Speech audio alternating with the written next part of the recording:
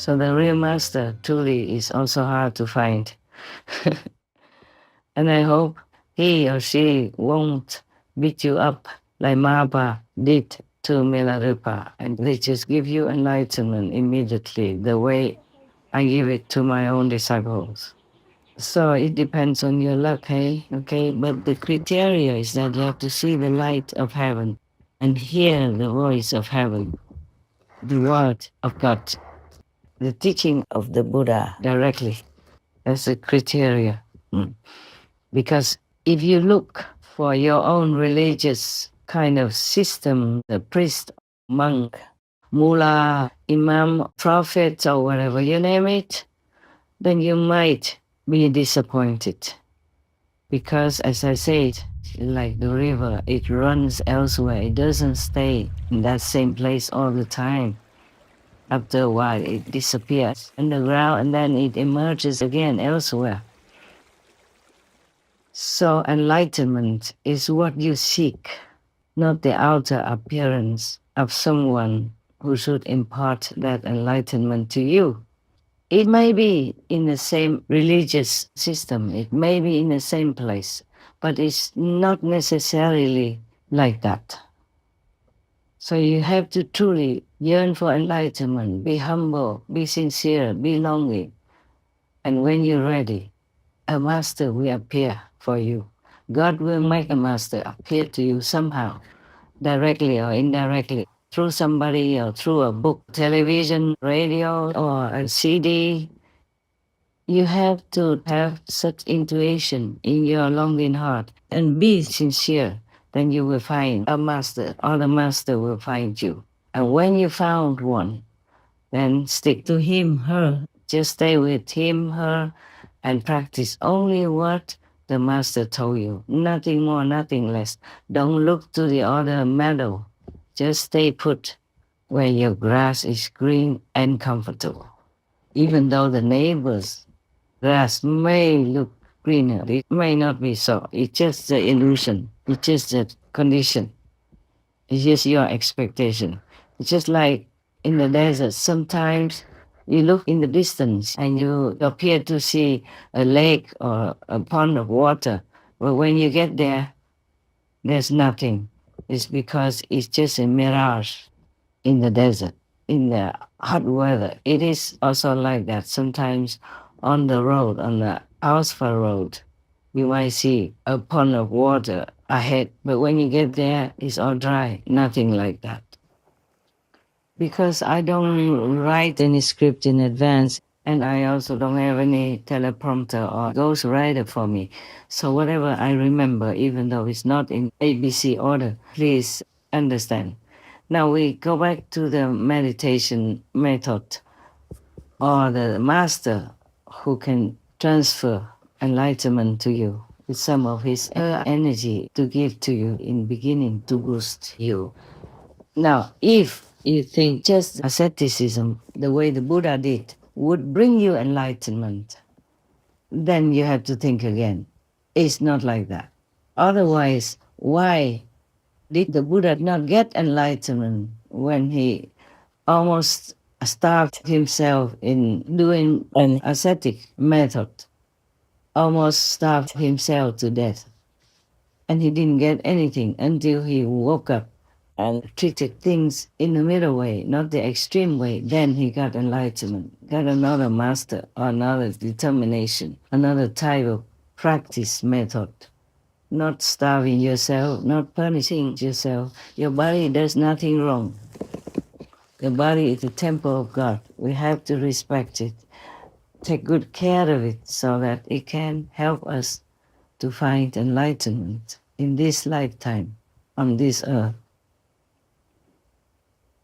It's just like a horse person who carries your cart. You might think he's just an animal person, but without him, your cart cannot go, cannot carry you to somewhere else or carry some of your friends, relatives on the cart that he carries. The horse carries the horse cart. So similarly, the body is very important. Don't ruin it. Don't run after its lowly desire or ego, but take good care of it. understand what it is, and use it, respect it. The body is a temple of the Buddha. And in Christianity, they say it's a temple of God, the church of God. So take good care of that. Even the Buddha took up a wrong practice doing asceticism until he almost died. He was almost dead because of the wrong practice. Didn't give the body enough nutrition even. Many people do that and they die also pitifully. Recently also, one person tried to not eat anything and then just died. Breatharianism, you have to know how, you have to have expert guidance, otherwise don't try, okay, huh? Yeah. I was just a young and impulsive person, so when the hour teased me like I ate too much, one meal is equivalent to 3 meals. But it's not that true. Anyway, it doesn't matter. Even if it's true, so what? But then after he said that, I stopped eating. And then he panicked. After a while, I kept panicking and asking. Well, I was okay, I continued to do all the temple's work and helped him to transcribe what he spoke into the recorder. Nothing happened to me.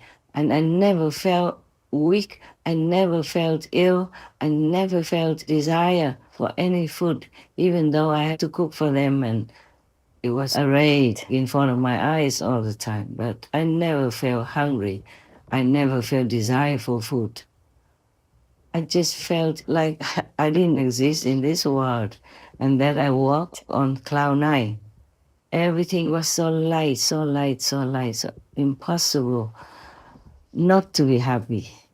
But then I started to eat again, and the first meal tasted like straw, dry hay or something. It didn't taste like food. And I could have continued forever even, because nothing happened to me. I stayed breatharian for that long. Nothing happened. But finally, I gave up. Just bored. I have not enough things to interest me to continue with the breatharian method. Now you can also drink water. You be waterian or fruitarian. It doesn't always have to be breatharian. And you could be. You could also go without food, but you have to prepare. Yeah, you might get very weak. When I was breatharian, or even when I went back to one meal a day or before that, I never felt any trouble. I lived, but I felt like it was without my body. I walked, but it felt like it was without my feet. I talked, but it seemed like I didn't have a mouth to do that. It was just a very funny situation, hard to describe. I didn't eat anything those days. And I felt okay. Then afterward, the master reappeared.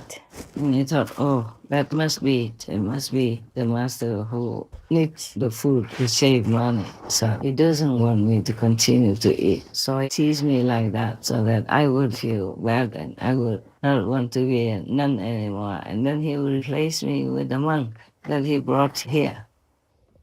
So the 5 extreme ascetic practitioners who were with the Buddha, they were also practicing actually extreme asceticism, like eating only a couple of sesame seeds and drinking only a little bit per day, every day like that. And originally they looked down on the Buddha because they thought he was so weak, he just left in the middle like that. He was not good. But the Buddha changed to a different method and he succeeded in becoming the Buddha.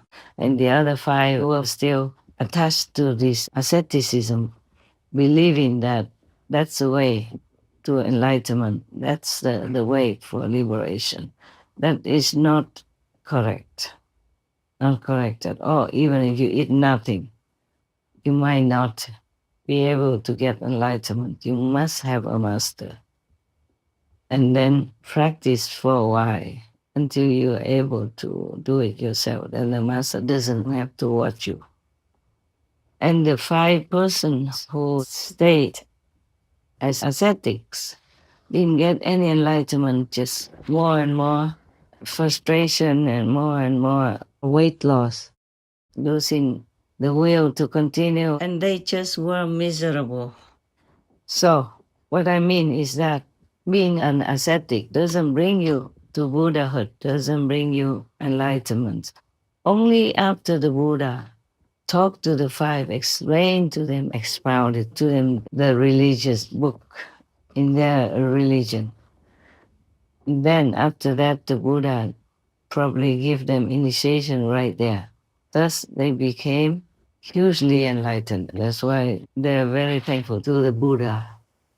Or the good disciples are thankful to the master because they truly bring them liberation.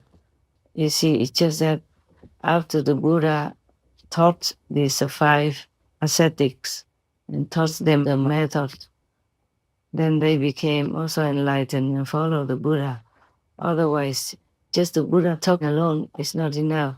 He has to give some of his bloodline energy to the five persons. Of course, the more initiate in the Buddha's presence, the more karma the master will have to endure. And some masters die because of that. Some die on the spot if some too bad disciples mingle in there or if too many people. But it depends. Some people are already very well established in spiritual sincerity. Then sometimes he meets the master by chance, just has a glance from him, her, then he will die peacefully and go to heaven instead of hell or wherever lower level that he was supposed to go. Because the master has tremendous power and can bless anyone he she likes.